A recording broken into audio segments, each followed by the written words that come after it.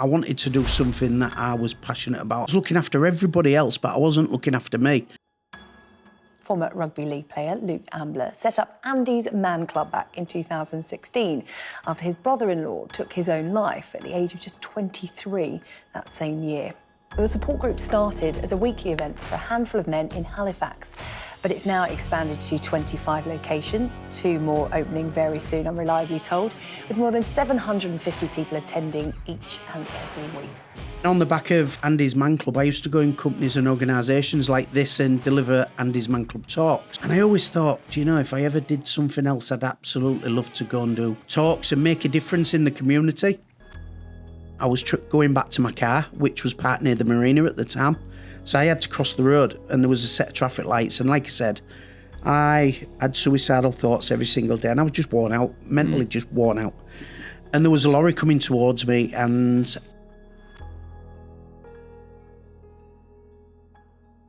Hello, welcome to the podcast. Today I'm joined by JV and Rob. I'm also joined by a guy who has quite literally saved people's lives. So he's the founder of Think Mental Health. He's also the project development champion for Andy's Man Club. So I've set myself the target of 200 subscribers by Christmas. We're currently about 115. So please, whatever you can do to help us get to that target, we really would be grateful. So please like, subscribe, share, anything you can do to help us. With all that said, welcome to Tomorrow's Workplace today.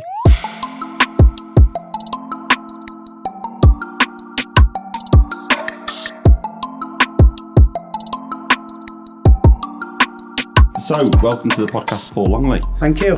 Thanks for inviting me. No problem at all. Do you want to give us a bit of introduction, who you are, what you do? Yeah, so my name's Paul Longley. I own a company called Think Mental Health, where we're going to companies and organisations and help with training and support.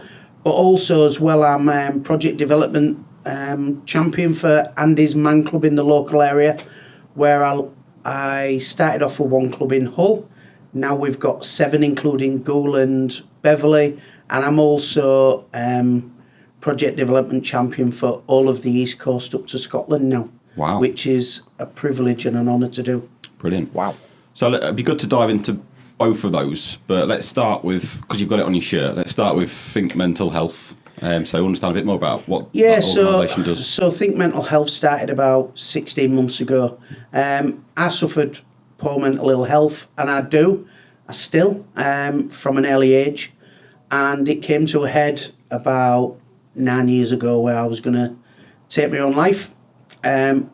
Thankfully I never.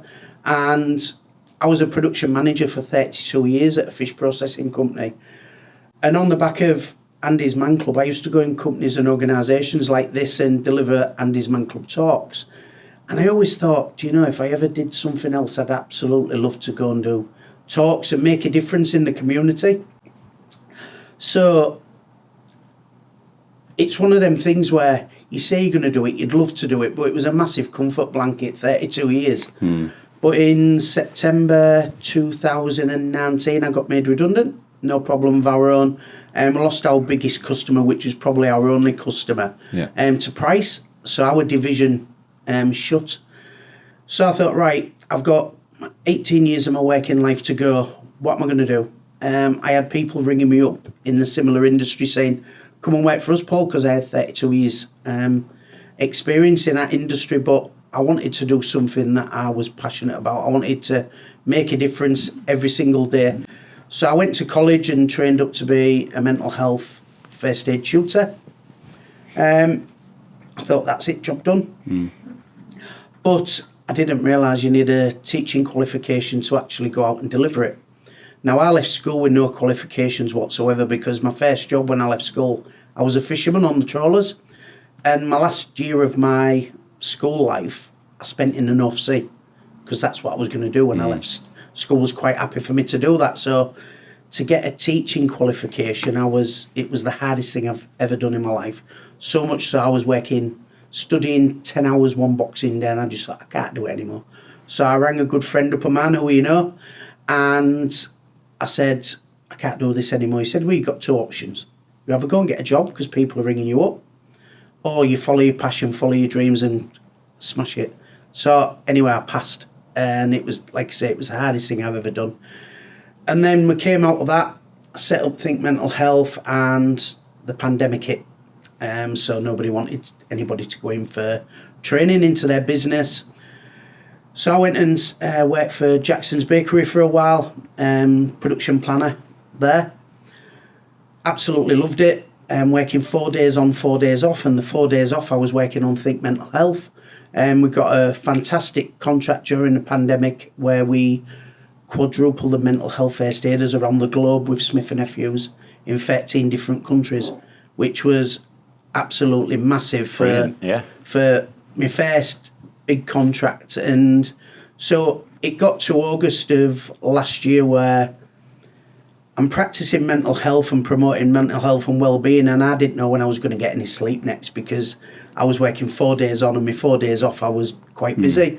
So me and Jackson's parted ways. I absolutely loved it then. I was thankful for the opportunity they gave me, but it was the best thing I'd done because I went out and met people like yourselves, networking, meeting new businesses, and we're working probably with the top, out of 20 top 10 companies within the city, I'm probably working with 10. Brilliant. It's a good start, isn't it? For 14 months, yeah. We're currently working with the likes of Reckitt's, Willoughby, Swift, Atlas, Smith & Nephews, like I've said, Premier Modular, quite a few companies that are probably male-dominated industries and environments, but the feedback we're getting from, we don't just deliver mental health first aid training, we actually go in and support the business. So we'll spend a full day within the business and actually help and support any employee that I always say are not feeling the best at that particular time. So from 9 years ago, where I didn't want to talk to my family, friends, work colleagues, I'm actually speaking to strangers every single day. And I always say with Andy's Man Club, Think Mental Health, I'll never work a day in my life again because I absolutely love what I do. So yeah. So when businesses are getting you in, what's the conversation? What are they saying to you? Why are they? Seems like an obvious question, but why are they getting you in? I'm talking to quite a few companies within the city at the minute, and some of their biggest absenteeism is mental health at the moment. And we know with the financial crisis around at the minute, people are feeling the squeeze, and we're just going in and speaking to employees, and if we can help them, we all know that if something's bothering somebody external at work, they'll bring it into work, and if something's bothering them internal at work, they'll take it home. And I always think, especially with the companies and organisations, I use my production background of 32 years and my knowledge in mental health to actually bring that together. And I really, really emphasise culture of a business.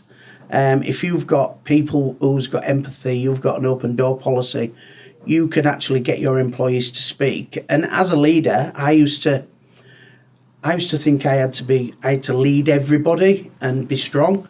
But I actually, when I came out with that I was suffering mentally, I was quite open with all my staff. So I was the production manager of the business. I was open, and that opened a new. People was knocking at my door, not because I was Paul Longley, the production manager, but it was Paul Longley from Andy's Man Club. They knew what was said in that room, stayed in that room unless there was a safeguarding issue. And I used to just go around and we'd probably be speaking to employees that I would say wasn't feeling the best at that particular time. We'd help them. They got confident in speaking to me. They knew confidentiality was key. And I'd just be walking around the factory and just giving people just the eye. And we had, I always tell companies, we ended up getting a code word. So it was like, I'd walk around the factory and ask them if they was okay, and they'd ask me if I was okay. And when they asked me, I used to go, I'm marvellous. And when I looked at them, maybe the next day they'd go, marvellous, or they'd say, can I have a word with you later on? But I'd be talking to about a dozen people at any one time. And even when there was coming on and there was clocking on at the clocking machine, we didn't have to say anything. And they'd go, marvellous. And they'd ask me how I was. So as a leader, I showed a bit of vulnerability, but I got a really tight relationship with my team. And it was the best thing that I'd ever done. And I try and promote that. That takes a hell of a lot of guts to do that, because up until the last few years, it has been a real sort of stigmatised sort of subject topic, isn't it? So, I mean, hats off to you for that. Obviously, you were in a dark place, but what prompted you to just go, do you know what? I'm going to share my kind of I think it was feelings. I got to a point where... Hi guys, I just want to jump in and talk about a specific area of automation which we often get involved in, which is the processing of supplier invoices, or accounts payable automation as it's also known. Most businesses have invoices that they get sent from their suppliers. Essentially what our solutions do is they read those invoices, they extract key information from them, like purchase order numbers, supplier codes or supplier names. We then use that information and match that up against digital records. So can we find a purchase order number? Can we find a goods received note for that product? If we can, then we can match it up, we can reconcile it, and we can automatically post that into your finance system. What makes us different is that we configure our solutions to be specific to your organisation. So we're not an out-the-box, plug it in and see what you get. We actually understand more about your processes, your organisation, your supplier base, and we configure the solution to meet those requirements. Hopefully that's enough to pique your interest. If it is, get in touch, let's have a chat. As a youngster, I was a boxer, I was a rugby player. I got selected for England at boxing, and I don't look like a boxer now, but I was. I'm 53 now, so as a youngster, I always thought I was big and tough. It was my job to look after me. When my dad was a fisherman and he was away, it was my job to look after my brothers. I'm the eldest. It was my job to look after my brothers, my job to look after my mum. Then when I got married, it was my job to look after my wife, my job to look after me children, because that's what we do as a male, what we used to think like. And then I got to my production, it was my job to look after my staff. So I was looking after everybody else, but I wasn't looking after me. And then, like I say, it took me to about 7 or 8 years ago. I don't know whether you've been to these white collar boxing events. Well, as a boxer, as a youngster, so I at 45, this was the first stupid thing I did.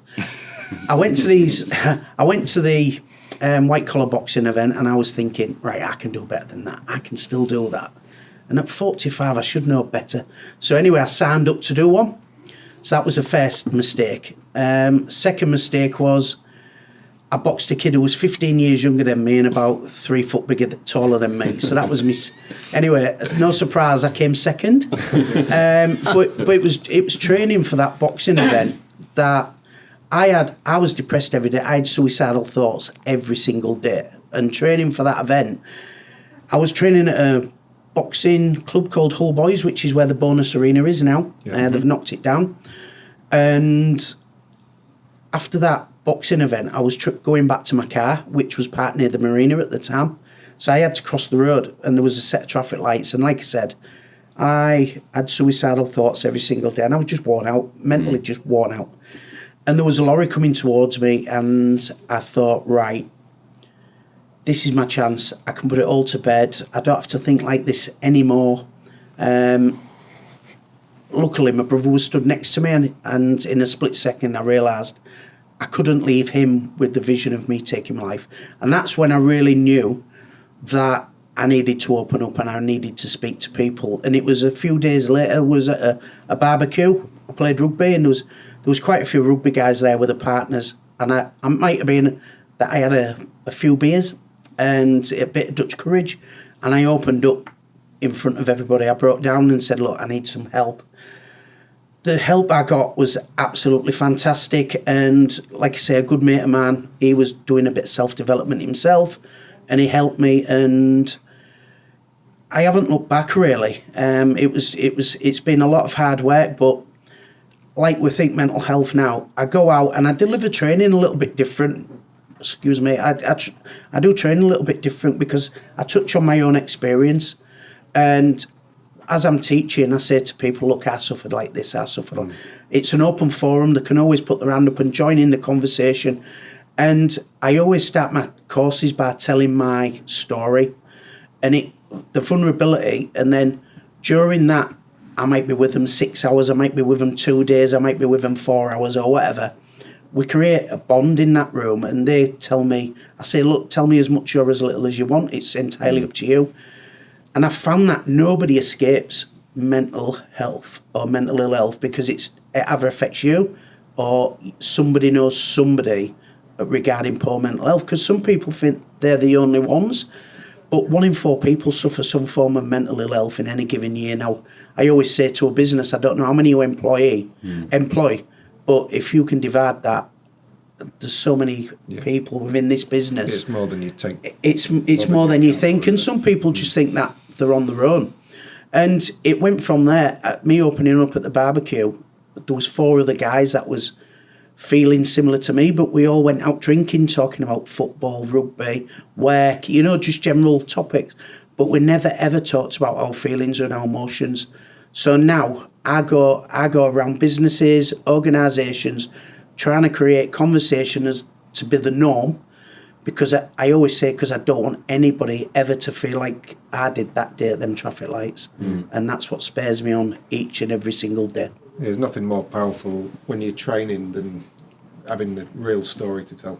Yes. It gives you so much credibility amongst the people you're speaking to. And I think training is storytelling, and I've got a story to tell. And like I've done with the businesses that we've worked with in the last 14 to 18 months, all of them have been absolutely fantastic. And there's been a couple of them. I've just designed a new course called the Think Mental Health Line Managers Masterclass to Mental Health, because I knew that a lot of companies haven't got a lot of time. And the line managers and team leaders want to help and assist their team. But one, they're frightened to say the wrong thing. Secondly, they don't know how to start that conversation. So I always say, I designed this course, it's only 90 minutes long. And I've picked some best bits out of the different courses that I do. And we talk about culture, and we talk about expectation and stuff like that of employees. But it's mainly down to, I want team leaders and managers and people in authority to have the conversation, to actually start the conversation with the team. Or if an employee approaches them, they're not frightened to have that conversation, because they're not frightened to say the wrong thing, because a lot of people are frightened to say the wrong thing, so they don't say anything at all. So that's what we've designed that for, and that's been really successful. And I just want to go and help people every single day, whether that's Think Mental Health or Andy's Man Club. When you talk about culture, what are the elements of culture that businesses should be trying to create? I think sometimes the culture that is where people are afraid to open up and talk about the feelings and their emotions. And there's 3 main stigmas why people don't talk, really, and it's burden, weakness and embarrassment. So they don't want to be a burden to the work colleagues, because they believe that their work colleagues have got problems of their own. But Steve, if I open up to you about my problems, you're going to listen to me, but then you might share yours with me. So you're not a burden at all. You're actually sharing.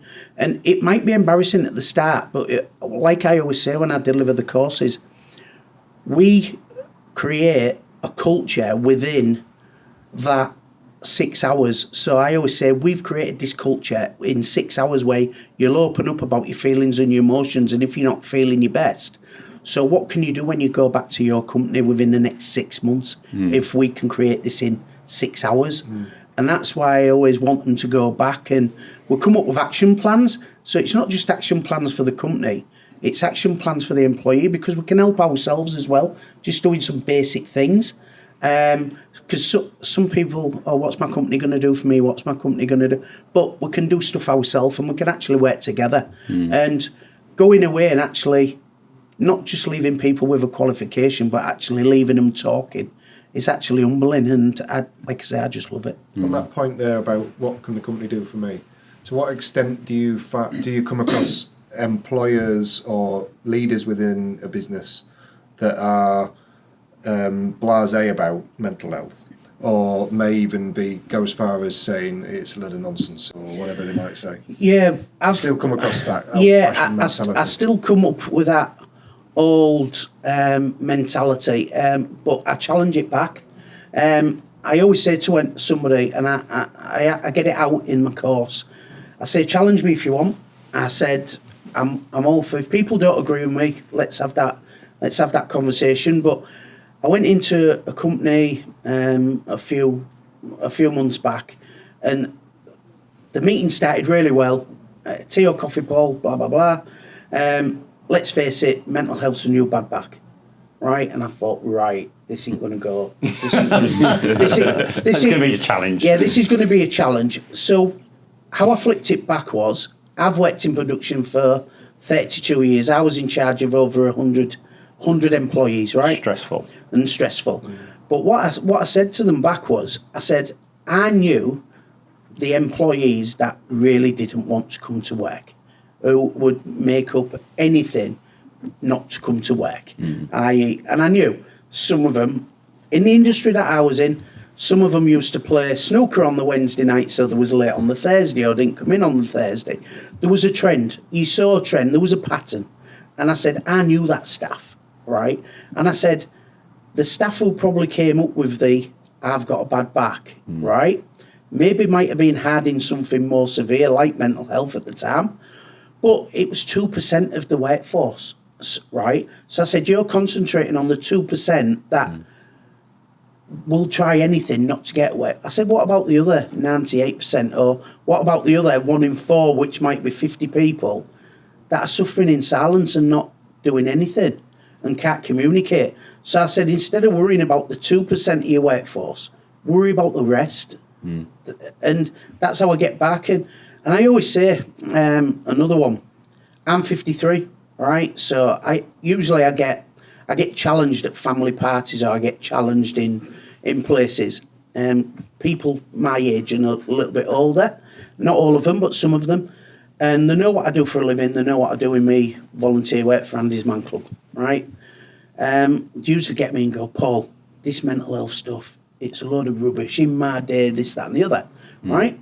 So, and this might be a little bit powerful, but we had one of the biggest mental health hospitals built in Cottingham with Delapole when I was a young lad. So I'm 53, and it's probably been there 40 odd years. That wasn't built for nothing. That wasn't built because nobody went there. It was built for a reason, because there was poor mental health then. I remember as a child, people used to say, if you don't behave, you'll get put in a straitjacket, you'll get put in a padded cell, you'll get sent to the loony bin. All that toxic language that we're trying to break through the stigmas now. And I know the street where I lived on Hessel Road, there was 3 people who sadly took their own lives by gassing themselves in the oven, and 1 hung himself, right? So I said, don't tell me that there wasn't any mental health then. There was. People just daren't talk about it. And it's only the last couple, 3, 4, 5 years that we've started to openly. So there's still stigmas out there, but we are winning, and like I said, I've probably spoke to 120 companies, and I've probably had 2 negative experiences. So it's few and far between, and I like to forget about those conversations as such, but they do drive me on. Another one, and I always use these as examples, because if I'm in front of a difficult audience, should I say, I was in a company about 6 months ago, and I went to deliver a talk, and I'm walking up these steps, and behind me I heard, we should be working, we shouldn't have had to stop work because this mental health stuff, and then they used some expletives afterwards. I thought, this ain't going to be an easy audience. This. I was already nervous, and I thought, well, this ain't going to be an easy audience. Anyway, I delivered the talk. I said, look, for those who got dragged here, hopefully in the next 45 minutes, I'll change your mind. And we're finished. I packed all my stuff up. This one guy came up to me and said, can I help you with your pop-up banners, please? So I said, yeah, no problem. So we're going down these ladders. As I got to the boot of my car, this guy said, I really thank you for that. I've needed it for ages, blah, blah, blah. And guess which guy it was? One behind. The one behind, yeah. So it was in front of his mates. It was a bit of his mask. So anytime, sometimes I go into an audience and you might get a negative comment, I use that to spare me on, because I think, you're the one that needs it. You're the one that needs it. So, yeah, it's been absolutely fantastic the last 14 to 16 months, and long may it continue. We're building fantastic relationships with companies within the city, and cultivating in, last month we had a Think Mental Health Black Tie Ball at McCure. Over 450 people attended, and we raised over £12,000 for Andy's Man Club. Wow, it's fantastic.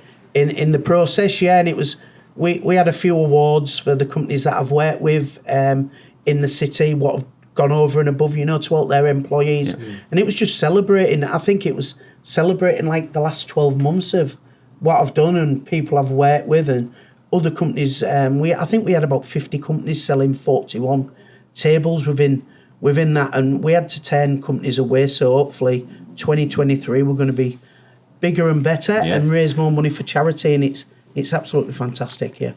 Just going back to the company that you went into, where it was like, come on, Paul, it's just it's just the new bad back. Was that an employee or was that someone of seniority? Because if it's someone of seniority, I'm intrigued as to who got you in the first place. If the kind of theme was actually it's just the new bad back.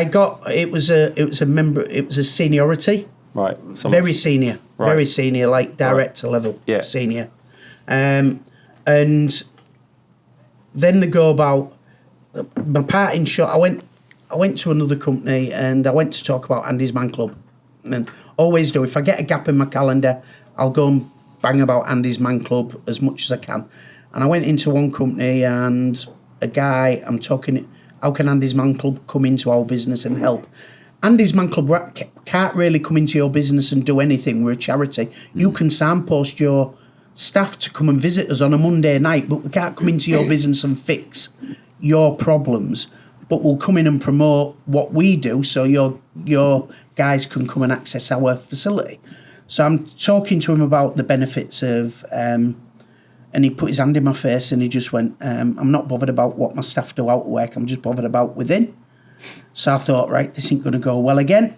I carried on speaking and he put his hand in my face again. I went, I've told you, and I'm not bothered about what goes on out of work. So I thought, right, I need to find a way to get out of here. So I said, look, I've got another meeting. I've been here 45 minutes. And his parting shot to me was, we've got a massive mental health issue with my business and my turnover as staff is colossal. What do you think's the issue? What do you think's my issue? And I just looked at him and I just went, I couldn't tell you at the minute. I really, really wanted to say, well, he sat in front of me. And I couldn't. I'm too polite to actually, but I really wanted to, because it's got to start from the top. The culture's got to start from the top, and then from the bottom it's got to go up, because then you've got to meet in the middle. You've got to have buy-in from the management. You've got to have buy-in from the workforce to make it happen, and that's how you create a culture. And that's how I always say the new currency is happiness. I know people are struggling at minute financially, but if somebody comes to you and we can help them and they feel appreciated and they feel supportive, if a competitor of yours comes to you or comes to one of your employees and say, look, we want to employ you to come to work for our business, and they're offering a little bit more money, but they feel happy, they feel appreciated where they are, they're not going to go. Right. They're not going to go. We had it years ago where we used to say to people, look, if you don't like our work, you can go and work for them in the same industry, because they just treat people very bad. And even when you start to treat people better, your name sticks. And it sticks. So actually creating a new culture and helping people and making sure staff appreciate it's crucial and it's vital. And that's what we try and do with businesses. Guys, I'm back. I just want to jump in and talk about a specific area of automation that we get involved in, which is called RPA, also known as robotic process automation. Basically, what that does is it replicates human behavior. So we use software bots to replicate human behavior. So anywhere where you've got people or teams of people going onto different systems, copying, pasting data, going onto web applications or portals, downloading information, uploading information, any of that stuff tends to be rule-based. Go here, do this, do that. And instead of using your people to do that, actually you can use a bot to do that. So we can configure a bot to do exactly that process. It's a massive growth area, really exciting technology. Gartner talk about it as being the fastest growing enterprise technology in the market. Hopefully that's enough to pique your interest. If it is, get in touch, let's have a chat, see if we can help. You said people can help themselves and it starts top down but also bottom up. So any tips for people listening, watching, that are struggling with ill mental health in terms of what they can do to help themselves? Yeah, like I've lost about 4 stone, but I've got another 4 stone to lose. But I was talking off air about I just like to get out in the open and go for my early morning walks. I post them on LinkedIn. And the reason I post them on LinkedIn is that I always say if I can help one person each and every day, then it's job done. Yeah. And I've had people message me on LinkedIn saying you've inspired me to get out and just go for a walk. You don't have to be going to the gym. I do go to the gym some mornings, but I do like getting out in the open, connecting with people. We all know the 5 ways to connect and 5 ways of well-being. Learn something new. But I just think getting out in the open, getting the fresh air, even in this weather, you can get wrapped up. And we do it. I met a lovely guy on Monday morning. We've advertised, I think, mental health, Monday morning walk at 6 o'clock. Anybody can attend. And it's just like we can network, we can make new friends, we can make... some people might not have a friend in the world. Well, turn up on a Monday morning, you'll make some new...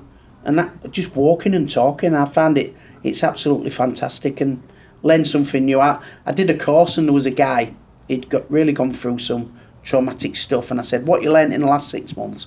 Or what do you want to learn in the next 6 months? He learned how to play the didgeridoo. And he was really going on. And I went, right, because it was a 2-day course, I went, can you bring your didgeridoo in tomorrow? Because he said he'd done backing tracks for it and everything. So he said, yeah. So anyway, as the day went on, I saw this guy going pale. And I thought, it's a mental health course and I'm causing this guy stress. I went, look, if you don't want to bring it in tomorrow, you don't have to bring it in. So he went, no, I'll bring it in. Anyway, the next day, we're talking heavily about depression, anxiety, and we'd just finished talking about suicide. And obviously it's a very deep and heavy conversation, so I thought, this room needs picking up a little bit now. So I said, will you go and get your didgeridoo? So anyway, I went and got it, backing track. He was absolutely fantastic. And that got him out of a dark place because he'd lost a really close relative. But I would never pay £500 for a piece of wood. Never. And I told him this. And we just had a laugh. And it was just great. And it was just one of them courses where it broke the ice. Everybody had a laugh. But he'd use that. So I always say to anybody, if you want to learn something or want to do something, just write yourself some challenges, some goals. A good friend of mine, I did it. We put a piece of paper into 3 columns. What do you want to experience in life? So you might write 8 or 9 things down. What do you have to do to experience those things? So I wanted to change career, so I had to go to college, did it. And then what you're going to give back? Well, I give back Andy's Man Club. I give my time to charity. So it's just something similar. I always say, I did the 3 peaks this year. I did the Paul for Brain 10K. So I'm pushing myself all the time, but it's just something that I need to have a goal. I need to visualise something. And yeah. Love it. Talk to me about Andy's Man Club then. So Andy's Man Club started in Halifax in 2016. A young guy called Andrew Roberts, only 23, sadly took his own life. No history of mental ill health at all. He'd had a massive argument with his ex-partner and she stopped him seeing a young girl. I think that was just the straw that broke the camel's back. He went out and sadly took his own life. So his mother, Elaine Roberts, and his brother-in-law, Luke Ambler, wanted to set up a club for men where they could go and speak to other like-minded men, because they believe if Andrew had somewhere to talk, he probably wouldn't have gone out and taken his own life. So there was to and fro about the name, and they came up with Andy's Man Club, and they set it up in Halifax. Like I said, in 2016, 9 guys attended that first club. And it was absolutely fantastic because them guys didn't know what they was getting themselves into. They didn't know what the format would be, which a lot of people are a bit more aware about Andy's Man Club now. But them 9 guys was like absolutely fantastic. So we've gone from 9 guys in 2016. This Monday we had 2,300 guys walk through the door of our 112 clubs. Luke's vision was he wanted 10 clubs in 5 years. We actually got 50. Wow. And in 6.5 years, so in the next a year and a half, we've opened 63 clubs in the UK, and it's going up every week. So I'm saying 113, it might be 114 now. They're opening it, but we want it to get to. So there's no man no more than 30 minutes away from an Andy's Man Club. So we need about 1,500 in the UK. So we're at 113 at the minute. But then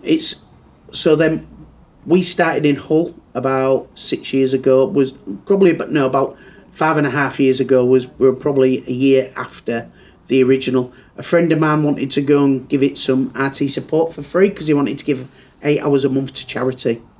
They didn't want RT support, they wanted somebody to open a club in Hull. So we opened our first club in Hull at Airco Refrigeration on Galton Street.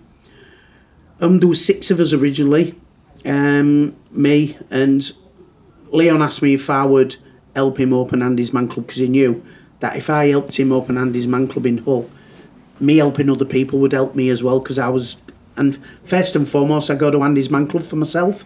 I talk about my feelings and emotions every Monday night. So we started, so Leon moved up to trustee level and I run Andy's Man Club in Hull. I've took us from 1 club to 7 and from 6 guys to 140 guys each and every Monday night.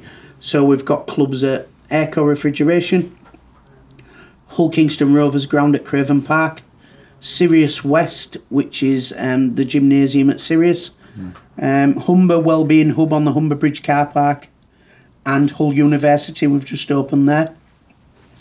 And then we've got Goole and we've got Beverley now. We're opening clubs in and around the area all the time.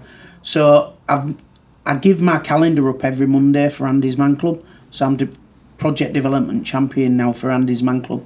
So on a Monday I'll go and deliver some talks for Andy's Man Club. I'll go and make sure the clubs are okay. It was funny, I went to Andy's Man Club to have a meeting with them in Halifax about becoming a project development champion. And I was originally setting off to say, look, I ain't got time to do it. With my business, Think Mental Health, I ain't got enough time to do this. So I'm driving to Halifax with looking after 5 clubs in Hull. Thinking, I can't do this. But I'm so passionate about the charity. So I went, had a meeting, I came out with 20 clubs. So, yeah, the meeting went really, really well. So I look after from Hull right up to Scotland, right up to Hartlepool, Sunderland, Bridlington, Scarborough, Goole and Beverley and Hull and everything. But there's a new project development champion coming on board, so he's going to take more, and I'm just going to look after the 7 in and around the Hull area. But it's been, because I was passionate and I knew the great work we'd done in Hull, I didn't want to hand it on to anybody else because it's like my little baby now, and I get on great. I couldn't do it. I couldn't make Hull and Beverley and that so successful without the work of the great facilitators that we've got in the clubs. I'm just the face of Hull, where I'll go and speak to companies, I'll go on the radio, but actually the main guys are the ones that open them clubs each and every Monday night. It's not Paul Longley, it's them, because without them we wouldn't have the doors to open and there wouldn't be a need for myself. So they're the actual guys that are the troopers, not me. And what does a Monday evening session look like? So we asked 5 questions. We asked an introduction and 5 questions. So the introduction is your name and 1 positive reason why you're here. Now, for guys who are coming for the first week, they might say I haven't got positive, but they have. Actually walking through that door is a massive positive because it's their first step on their journey to recovery. So then it'll be question 1, how's your week been? So guys will tell you how the week's gone. Highlight of your week. So you might have several highlights, but just give us your really big highlight of your week, and then we'll go off and talk about that with each guy. So we might have 15 guys in a room, so they'll all talk about their experiences. And then question 3 is anything to get off your chest. Now this can be positive or negative. So this can be where last night I was going to take my life. As a child, I was abused. You know, you can have all the darkest, deepest, but you might not get them at week 1. It might be week 4, week 5, week 6 when they actually feel really comfortable about that environment, because we work on Chat Mouse rules, whatever's said in there stays there. But it might take them a few weeks before they're really comfortable in that environment. Then you get bang, this is why I'm here. And then the 4th question might be, where's your go-to place that makes you feel really, really happy? And then the the first 3 questions stay the same every single week, but the 4th and 5th question, the 5th question might be, what's one positive thing you're going to do for yourself or somebody else between now and next week? So all the questions are based on, and like the last 2, of hope. So it gives them hope for the next week. And a lot of guys, a lot of people, when they take their own lives, it might not be just one event. It'll be a load of different layers of different stuff.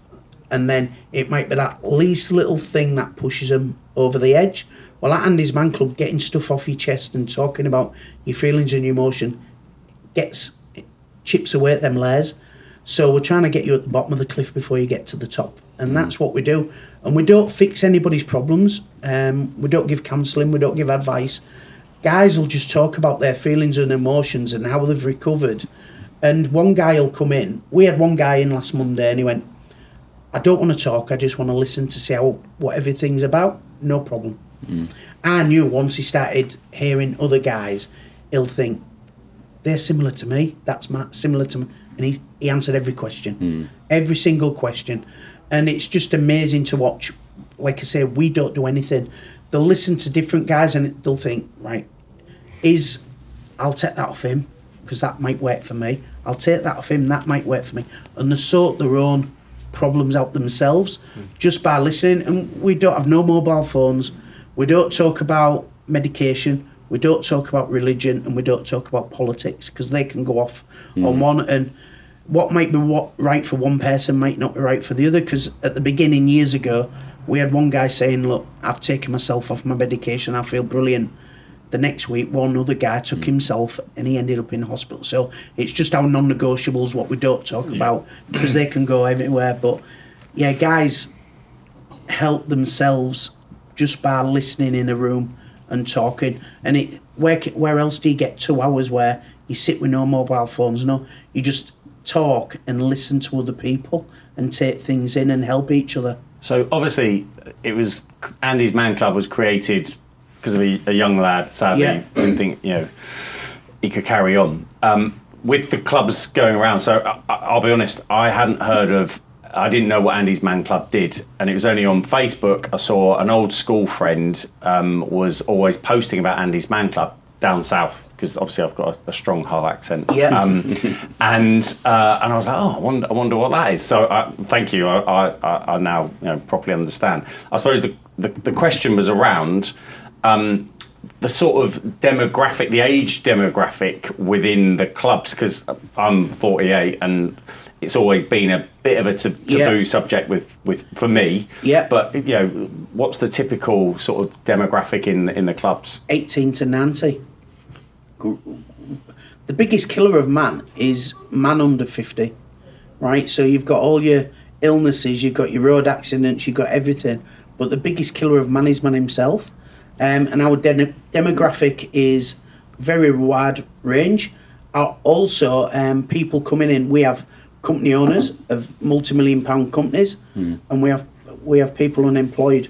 And what really cemented it for me, I went to Grimsby and helped the Grimsby club out 6 months ago, and we're in the group talking about anything we've got.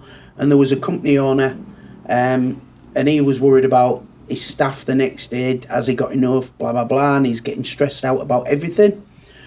Another guy had come in and said, I've just lost my job, I don't know whether I'm going to be able to pay my mortgage next month. At the end, I was clearing up and putting chairs away.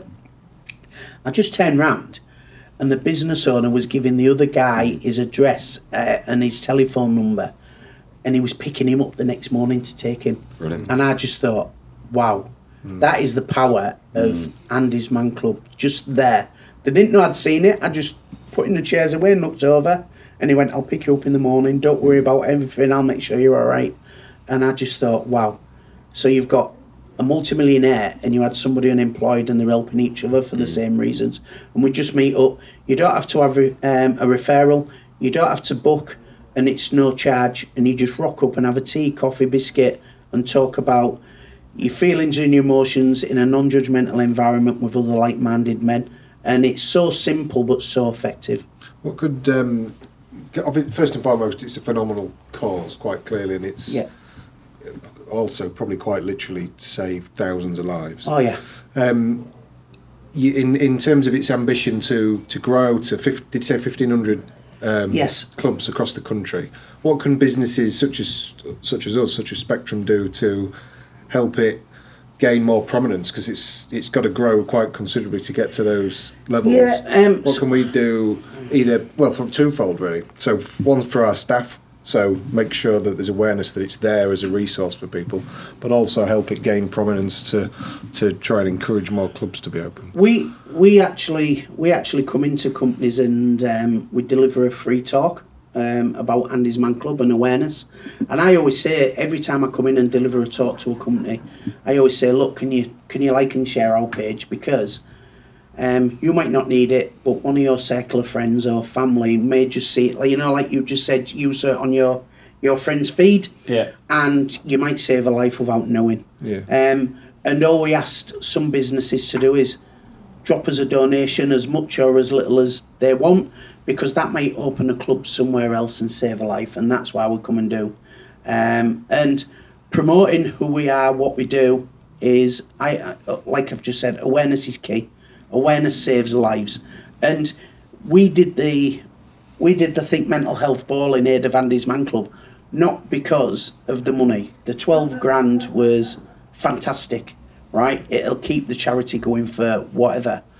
But the awareness was the key, because people in that room, everybody knew about Andy's Man Club leaving that room, 400 people. They go and talk to 5 people about Andy's Man Club. That's over 2,000. Right, the like and share on the LinkedIn, the like and share on their Facebook pages, that creates momentum. That gets people through the door. That saves lives, and that's what we do. Yeah, I'll give you an opportunity to promote your podcast as well, because you run a competitor podcast. But yeah, do you want to just talk about what that is, what that does?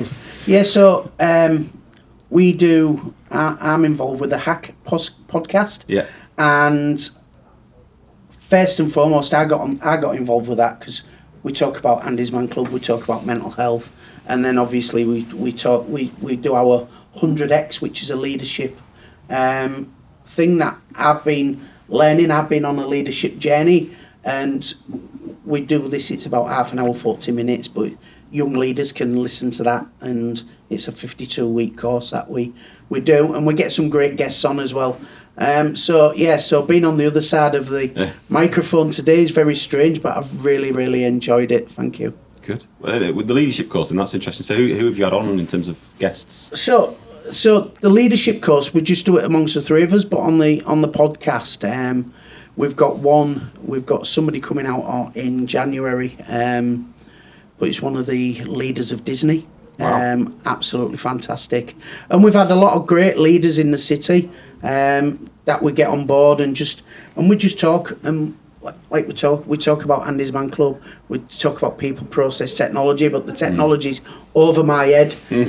When it goes on technology, you probably see me quite silent and drinking my tea, because I've got no knowledge of it all. I'm getting a little bit better now. I know how to plug my computer in, but that's about where I am. The other day I was saying to a guy, I said, my headphones won't work. And I said, I've done everything you've told me to do, and he just held my lead up like that. And the plug that I was putting in was my mouse. My actual headphones weren't even plugged in, so it just shows you the depth of my knowledge with RT and you guys. But so my hat goes off to you, because I ain't got a clue really. I know how to get a presentation up and running on it, and that's key. That's key. That's me done. But I absolutely love it, meeting different people, different business leaders within our towns, and.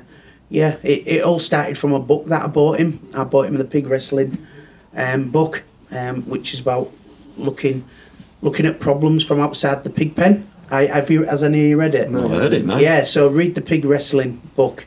And it's a guy, and he's a barista, and he's giving this young leader all these tips and facts of how to help and how to look after your problems, how to look at your problems outside the pig pen and just take a step back. And the actual barista was the guy who owned a full company, and he was just there every day, just giving that guy a little bit of knowledge. And we started off, and then we renamed the pig wrestling podcast The Hack. Yeah, it's a bit catchier, but I like it. Catchy, yeah. Last question for me. So we call the podcast Tomorrow's Workplace Today. Yeah. So I guess in the context of mental health, what do you think the workplace will look like in 10 years' time? I think a lot of companies will have embraced mental health and well-being. I read the Farmers Report, and for every pound spent on health and well-being, the payback's £9.98 for any business. Wow. That's less absenteeism, better presenteeism. So if you said to somebody who was going into a grocer and said, if you buy an apple for £1 and you could sell it for £9.98, you'd bite your hands off. So why won't any company spend on health and well-being? And I go into a company sometimes, and a lot of companies have budgets for health and safety. I always say how much is health and how much is safety, because we spend money on slip, trips and falls, but how much do we spend on health and safety? Because sometimes I'm trying to get into schools. I'm really trying to get into schools because I think it's needed. I had a bit of a rant on LinkedIn last week because you meet some schools really want you in but haven't got the budget, and I'm like, forget budgets, let's sit round the table. Let's sit round the table, let's make it work, let's make it happen because it's needed. And I did have an idea where I was going to ask companies in Hull, should we all put some money in, including myself, and put some free mental health training, because I've got a course designed called Midi Medics, an hour's course and 3 hour course. I want to put it out there, and I was thinking, should we ask business owners, let's all put £1,000 in or something, including myself, and let's get out there and let's give these kids some support, because it's really needed. And hopefully I've got some meetings with some leaders of education, because I'm sick of it really. I want to get in and make a difference. Sounds like a great opportunity. Yeah, and Definitely. you categorically already are making a huge difference. That's clear to see. Thank you. Let's leave it there. Thank you very much, Paul. Thanks, Cheers, Paul. thank you. Cheers. Cheers.